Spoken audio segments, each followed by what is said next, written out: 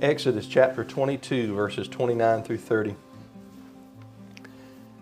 You must not hold back offerings from your harvest or your vats. Give me the firstborn of your sons. Do the same with your cattle and your flock. Let them stay with their mothers for 7 days, but on the 8th day you are to give them to me. One more text for an opener. Numbers 18, 14 through 16. Everything in Israel that is permanently dedicated to Yahweh belongs to you. The firstborn of every living thing, man or animal, presented to Yahweh belongs to you.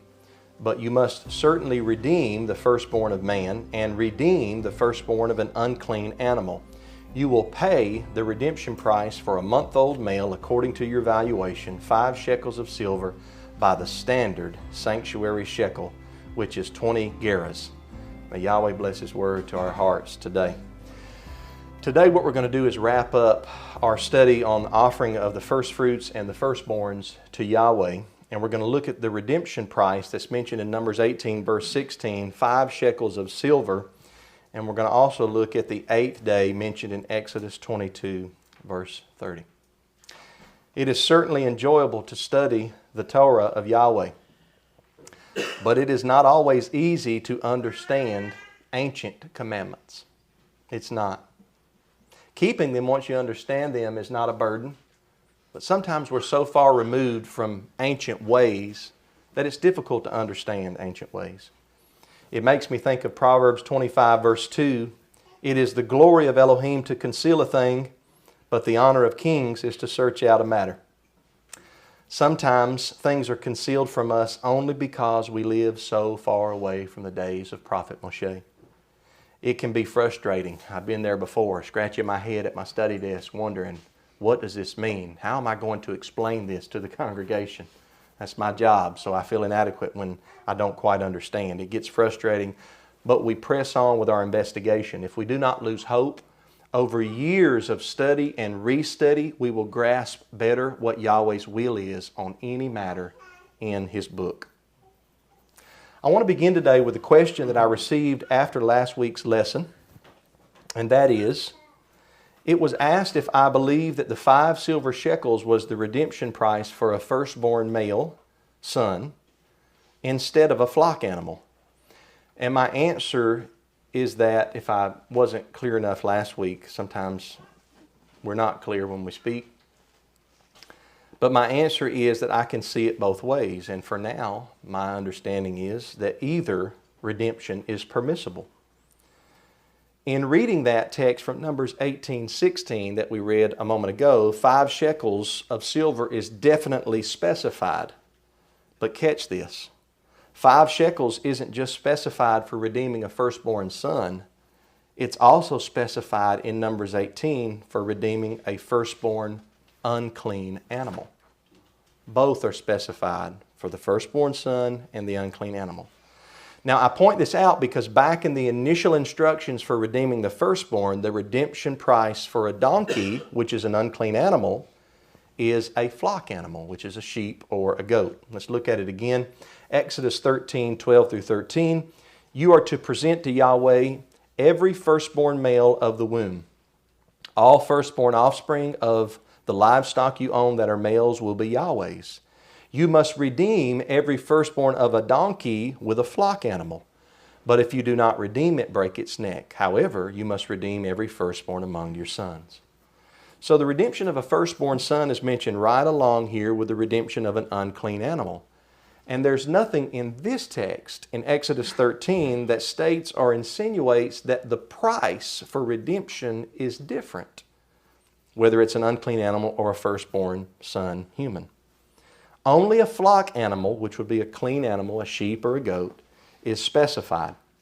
Whereas if you continue to read in the Numbers 18 text, 5 shekels of silver is mentioned as the redemption price, and nothing there is said about redeeming either with a flock animal. Now, check this out, because the same is pretty much said later in Exodus 34, 19 through 20. The firstborn male from every womb belongs to me, including all your male livestock, the firstborn of cattle or sheep. You must redeem the firstborn of a donkey with a sheep. But if you do not redeem it, break its neck. You must redeem all the firstborn of your sons. No one is to appear before me empty-handed. So here in Exodus 34, just like Exodus 13, no silver or monetary price is given. Now, if we read Exodus 13, Exodus 34, and Numbers 18 together as a unit, I think that we can make the conclusion that it is saying the same thing in different ways. 5 shekels of silver must have been the price for a nice flock animal. So either redemption price is acceptable. Either way, the wealth would go to the priest, or in the absence of a priest, it would go to a prophet or a poor person. So the payment would come in the form of silver, which was a monetary coin, or a flock animal, which still had real value. Now, if this is the case, and I currently cannot see how it's incorrect, it also helps us greatly in understanding how much 5 shekels of silver back then is worth today. When you start to research the shekel, which actually wasn't the coin itself, but was a weight that the coin or the coins weighed. You can get that from Genesis 24, verse 22, where Rebekah's bracelets weighed so many shekels. When you start to research the shekels, it's difficult to come to a conclusion on. It's very difficult. I talked a little bit about this back when I talked about the seduction of the virgin woman, where the young man was required to pay the father 50 shekels of silver. You can go back and refer to that sermon if you want a little bit more on the shekels. I won't talk about everything I talked about then. But some scholars say that it is near to impossible to determine the worth of certain shekels of silver today due to inflation and just a difference in time and culture. But I want you to think about this. If we compare Exodus 13's redemption price with Exodus 34's redemption price with Numbers 18's redemption price, it shows that 5 shekels of silver would be the worth of a good flock animal. So whatever the rate for a healthy sheep or goat is today, I think would be a good standard to use for a redemption price one would pay for their firstborn son from the mother, the one that opened the matrix or opened the womb. You can get a nice sheep or a goat today for a little bit of money, but not too much, $200 or $300. I think that's a good standard to go by if you choose to use a monetary redemption rather than a flock animal sacrifice to redeem your firstborn son. Let me add briefly that according to Numbers 18:16, the redemption price may be paid after the male is a month old. Numbers 18:16, you will pay the redemption price for a month-old male, according to your valuation, 5 shekels of silver by the standard sanctuary shekel, which is 20 gerahs. If instead you choose to use a flock animal when you have a firstborn son, I think that's fine too. And I want to point you to my previous sermons about altars and sacrifices. They don't get talked about a lot today, but I spent some time in Exodus chapter 20, verse 24, and what I call the 11th commandment, because it comes right after the 10. And Yahweh said, you must make me an altar of earth and sacrifice on it, so forth and so on. So anybody can find my sermons online, both at our website, YouTube. You can also find my written notes. I have written notes all through Exodus chapter 20 on the website. And I'm willing to talk to anyone over the phone that wants to do it this way, whether in here or anybody listening to me by way of social media, because I love it when people are all in on serving Yahweh. I hate to say this, and in some ways I guess it's a good thing, but in some ways it's a bad thing. But I've gotten to the point now to where if I can see that somebody's not really interested in serving Yahweh and they just want to nitpick, I just don't feel led to spend a lot of time with them. I feel like my time is better spent on people that are hungry to serve the Creator, that ask questions because they want to learn. And I'm willing to take time with anybody like that. I also want to talk a little bit more about Exodus 22, verse 30, where it says, do the same with your cattle and your flock. So the firstborn sons are given to Yahweh. They're dedicated to Yahweh, verse 29. And the firstborn cows, sheep, and goats, domesticated clean animals, are also given to Yahweh. It says, let them stay with their mothers for 7 days, but on the 8th day, you are to give them to me. So there's some overlap in the giving of the firstborn sons and the firstborn male animals. The overlap is not that they are both sacrificed. We've already covered the redemption of both man and unclean animals. Yahweh doesn't require you to sacrifice your firstborn son. You redeem your firstborn son. He doesn't require you to sacrifice your firstborn donkey. You redeem your firstborn donkey, right? There's some overlap there. The overlap is that they are both dedicated to Yahweh, and the dedication here takes place on the 8th day. Now, I think that the 8th day gift here should cause our mind to go to two texts primarily. One is Genesis 17, where Yahweh gives Father Abraham, he changes his name from Avram to Avraham. He gives him the sign of circumcision, physical circumcision, and he says, make sure to do this to your sons on the 8th day. And this is also reiterated in Leviticus chapter 12, where we are commanded as Torah-observant Hebrews or Hebrew Christians nowadays, we're commanded to circumcise our sons in the flesh on the 8th day. That is a commandment. I do think that is the correlation here. A firstborn male, as would all Hebrew males, be dedicated to Yahweh through the act of circumcision, while the firstborn domestic clean male animals would be dedicated on the 8th day for sacrifice. Now, if we read this text alone, 22 verse 30, it leads you to believe that the firstborns were all sacrificed on the 8th day. But there are two other texts in the Torah that when you read next to this text shows that, and leads me to believe, that the animal could be sacrificed on the 8th day, but may be sacrificed at a later time. Let me show you these two texts. The first one is Leviticus 22, 26 through 28. Yahweh spoke to Moshe, when an ox, sheep, or goat is born, it must remain with its mother for 7 days. That sounds familiar, right? Exodus 22:30. From the 8th day on, it will be acceptable as a gift, a fire offering to Yahweh.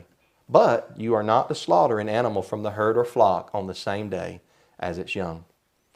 From the 8th day on sheds light, I believe, on the 8th day in Exodus 22. It's the starting point for an acceptable firstborn sacrifice. This is further seen in verse 28, where there's a command against slaughtering a parent animal on the same day as its child. This shows that it was possible to be done, thus there was a command against doing it, right? And it proves that an 8-day-old calf, let's say, could be sacrificed, but the prohibition is don't do the slaughter on the same day that you slaughter its parent, specifically mother, by extension father, the parent of the animal. I think this law in verse 28 has to do with respecting animal life. While Yahweh created the clean domestic animals for sacrifice or for common slaughter, food, it does not give us the right to abuse our privilege. The same thing is said for where Exodus 22 says, let the newborn calf stay under its mother for at least 7 days. Jewish commentator Nahum Sarna writes this, quote, this law may reflect the desire to avoid cruelty to animals, and more broadly to foster humane feelings in human beings. Similar notions are expressed by the proscriptions against taking a fledgling or eggs from a nest in which the mother bird is present, Deuteronomy 22, 6 through 7, yoking together an ox and a donkey, Deuteronomy 22, 10, two animals of unequal strength, and muzzling an ox while it is threshing, Deuteronomy 25, verse 4, end of quote. Great points from Sarna right there in respecting animal life. Now, there is one other text that I believe shows a firstborn animal does not have to be sacrificed right on the 8th day. And that's Deuteronomy 15, 19 through 20. It reads, you must consecrate to Yahweh your mighty one every firstborn male produced by your herd and flock. You are not to put the firstborn of your oxen to work or shear the firstborn of your sheep. Each year you and your family are to eat it before Yahweh, your mighty one, in the place Yahweh chooses. Think about it. The only way a man could possibly put his firstborn animal to work or shear a firstborn sheep is if it lived to an age where it was capable of working for him or old enough to be sheared. Some firstborns may have been sacrificed on the 8th day in the wilderness, or when they entered the land and an animal was born just before an annual festival. But I think most of the time, the animal would have been dedicated on the 8th day for sacrifice. By dedicated, I mean you'd make sure that you didn't put that animal to work, or if it was a sheep, you didn't shear it when it came time for shearing. Then it was taken to the feast, sacrificed and eaten by the worshiper, the Levite priest, as well as the widow, fatherless, poor, and stranger. You shared your sacrifices there with the others at the feast. That's my understanding on those last 2 points about the silver shekels and the 8th day. Before we close out today, though, I would like to review what we went over in my last 4 sermons on first fruits and firstborns, 2 before the Feast of Tabernacles and now 2 sermons after the Feast of Tabernacles. I want to give us a good summary and a reminder of this law and how to obey this law with 7 points. Point number 1. Giving to Yahweh of the first and the best of our increase is thanking Him for blessing us initially. As believers in the Creator, we realize we would have nothing if not for Him first giving us life, breath, and the ability to do anything. These hands right here plant and water, but it is Yahweh that gives the increase. He is not asking for all of it back, brothers and sisters, just a portion in thanksgiving. Point number 2, in review, when we give to Yahweh, He blesses it tremendously. Remember that video about the guy who gave his first and best lemon off of the tree? And then he said from that point on, that tree only throws big lemons, not any small. He said not even any medium. He said only the big boys, only the big lemons. I think that there's a spiritual principle there that he followed, and he was blessed. I have heard countless stories like this from people who decided, you know what, I'm going to take giving back to Yahweh seriously. Countless stories. Givers are always blessed because it is a law of Almighty Yahweh. So when you garden, give away your first fruits to a teaching elder, a widow, an orphan, somebody that's poor.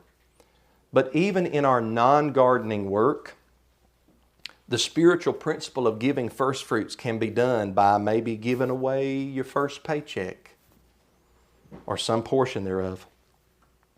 Why not just try it and then sit back and watch what Yahweh has in store for you? I promise you He'll bless you if you dedicate to give to Him. That's point number 2 in review. Point number 3. Any male animal that opens a womb is holy to Yahweh. This recalls the final plague in Egypt where Yahweh struck all the firstborns not protected by the blood of the Passover animal. If it is a clean domestic animal, it is to be offered in sacrifice. The sacrifice of a firstborn may be done from the 8th day onward, but regardless, the animal is dedicated on the 8th day so that it is never put to work or sheared prior to the time of the feast on which it is sacrificed. This animal or any young animal is not to be slaughtered on the same day as its parent. And if it is an unclean animal, it is to be redeemed with a flock animal or the equivalent in money, or you break its neck. Point number 4 in review.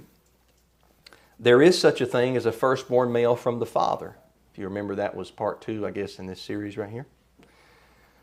A firstborn male from the father, and that can be reckoned for the double portion inheritance, even if that male doesn't open the womb of his mother. Although such a son does not have to be redeemed because he didn't open the womb, he still qualifies as a firstborn from the father. Deuteronomy 21, 15 through 17. You can go back and listen to that lesson. Point number 5 in review. A firstborn son that opens the womb is to be redeemed with either a flock animal or 5 shekels of silver. 5 shekels of silver must have been the average price for a good flock animal. So if one chooses to redeem their firstborn with money today, the average price for a good flock animal is an appropriate standard. Redemption money or sacrifice should be given after the male is a month old. Point number 6, we have the ability to obey these commandments today, even with no temple or Levite priesthood. I know some people are not going to like that. Not in here necessarily, but just people that I know. They frown on building altars now and making animal sacrifices now. But this is a primary way that Yahweh desires to be worshipped. I've preached on it so much before, but I'll just make one mention here off the top of my head. But remember, after Noah spent all that time on the ark, it rained for 40 days and 40 nights, but they lived on that ark for about a year when you do the chronology there in Genesis. And they got off of the ark, and Noah, the first thing he did was build an altar and offer up a sacrifice of the clean animals and the clean fowl, the clean birds. The text says that Yahweh smelled the good smell from heaven. And He called out and said, I'll never again flood the earth. There was no Levite. There was no tabernacle. Noah was the patriarch. And Yahweh blessed him for his sacrifice of thanksgiving. Had nothing to do with sin. Thanksgiving. Thank you for getting us through this flood. Thank you for not letting us kill each other while we've been on this ark for a year enclosed. Thank you, Yahweh, for your blessings. We can start fresh. I'll offer up a sacrifice. We have the ability to obey these commands today, even without a temple or Levite priesthood. This is seen most forthrightly in the example of Genesis 4, where Cain and Abel both brought offerings from the produce and livestock.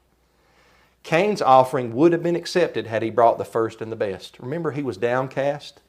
But Yahweh said, why are you frowning? If you did good, wouldn't you be accepted? But Cain didn't do good. Abel, on the other hand, did good. He brought the firstborn of his flock and the fat portions thereof, and burned on the altar portions of it as a peace offering or a fellowship offering. And then the firstborn offering was one that was edible. You could eat of it for at least a couple of days. Adam, the patriarch, probably acted as the priest who shared in the holy meal at the end of days, which would have either been on the Sabbath or some type of harvest time, pointing to the annual festivals. And last, certainly not least, in the absence of a Levite today, point number 7 in review, you may share your first fruits or firstborns with a prophet, which is a genuine teacher of the Torah and the Messiah. And if you have no prophet among you, you can give it to the poor. We see this taught in both the book of Genesis, and believe it or not, it's also taught outside of Scripture in an early Christian manual of discipline known as the Didache, chapter 13. That's my 7 points in review, and as we close today, my prayer is that we will be more obedient in these areas now that we hopefully know more about how to practice them properly. It's always exciting for me to learn more so that I can do better. Isn't it great? This is how we love Yahweh, studying His law and practicing His law. Don't worry about what anybody thinks about you. You study His law and you practice it, and He'll bless you. This book of the law shall not depart from your mouth, but you shall think on it day and night. Be careful to do what Yah tells you to do, so that you will have good success. Don't turn to the right, don't turn to the left, but stay on the narrow path. Be careful to do what Yah tells you to do, so that you will have good success. Hallelujah, Yahweh. Brother TJ.